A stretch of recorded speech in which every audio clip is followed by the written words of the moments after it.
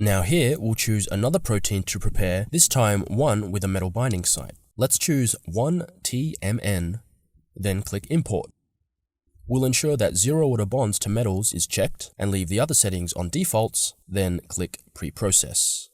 If we zoom in on the ligand, we can see the zero order bonds to the metal represented by the dashed lines. Here, the zero order bonds define connectivity between the metal and the ligating atoms, but still allows the metal to be treated as an ion for the purposes of force field calculations. In other words, the zero order bonds maintain the input coordination geometry via bond, stretch, and angle constraints, and also allows the distribution of charge through the entire coordination group. Zero order bonds can be treated like any other bond in Maestro, so in this case we'll clean up this representation and delete the bond between the ion and the carbon on this ligand.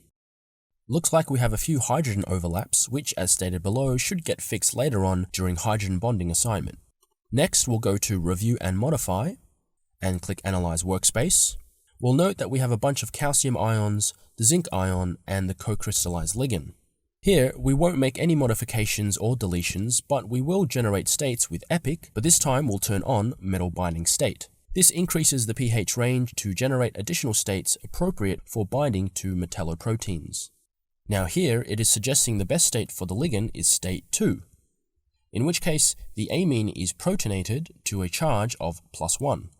This makes sense as not only does it have the lowest state penalty, but this state also makes the most number of hydrogen bonds to the receptor.